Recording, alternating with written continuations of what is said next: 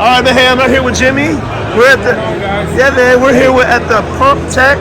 This is what's going on. This is the Mac Daddy of the 12 volt. So he's gonna walk me through this amazing concoction here. Go ahead, Jimmy. Tell me. Guys.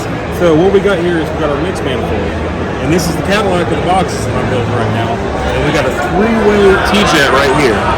And what this is doing is we can either go through here and pull the pump off the metering side of the manifold, or we can flip the 3-way around and we're going to pull straight water from the buffer tank. I'm a big fan of pulling straight water from the buffer tank when we go into rinsing, because blend manifolds are naturally going to be very constrictive.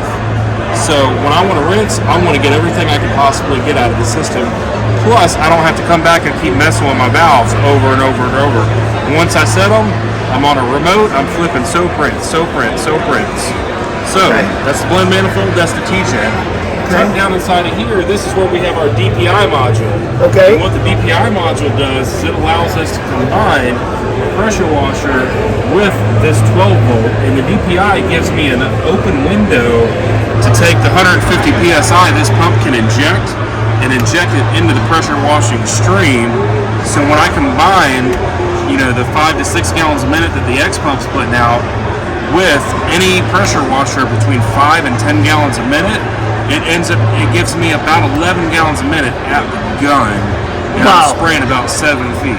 Yeah, that's amazing. Now remember, one thing, guys, is if I got a 5 gallon a minute pressure washer or a 10 gallon a minute pressure washer, it does not matter, and it doesn't change what comes out of the gun at the end, because the DPI module can only accept about 5 gallons a minute from the pressure washer to combine with the X pump.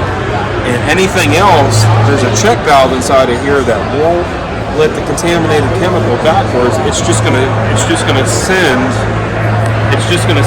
all that clean water it doesn't need right back out to your buffer tank. All right. So we've got that. We've got the digital controller in this box. This is how we can This is the digital controller.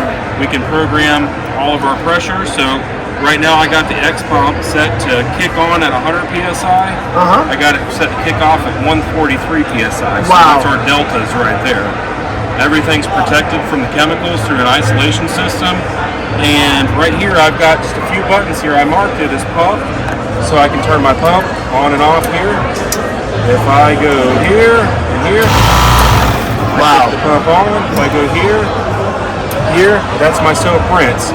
The reason I've got buttons and I have a remote is because if you ever dropped your remote and broke it, you don't want to be offline on the job. Right, this is broken, you can just go out on the fly. You got a manual override button. You might have to walk, but if you got to walk, it's okay, you're not down.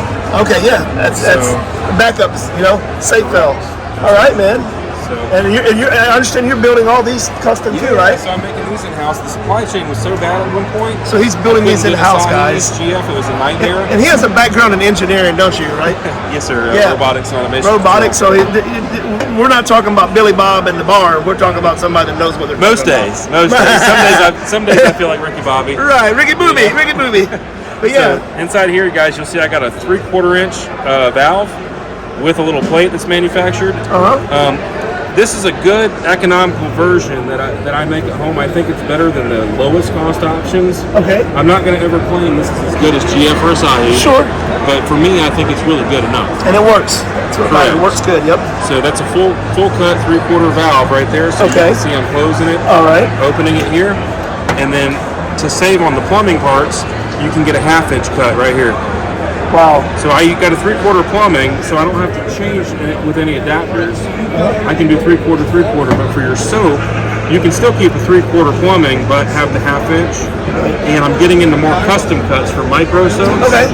So you can run higher concentrations in smaller tanks. Okay. So all that's coming down the pipeline too. Oh wow. Wow. So like on my skid out there, I've got my soap tank from a 16-gallon soap tank to a 1.5-gallon pony tank. Wow. And he was doing demos here, guys. He was shooting. How high were you shooting on your test runs out there? Man, it's hard to say, but it's 3 to 4 stories. 3 to 4 stories, guys. 3 to 4 stories. Well, more to come on this, guys. Hit me up if this is what you need. We'll put it in your hands, man.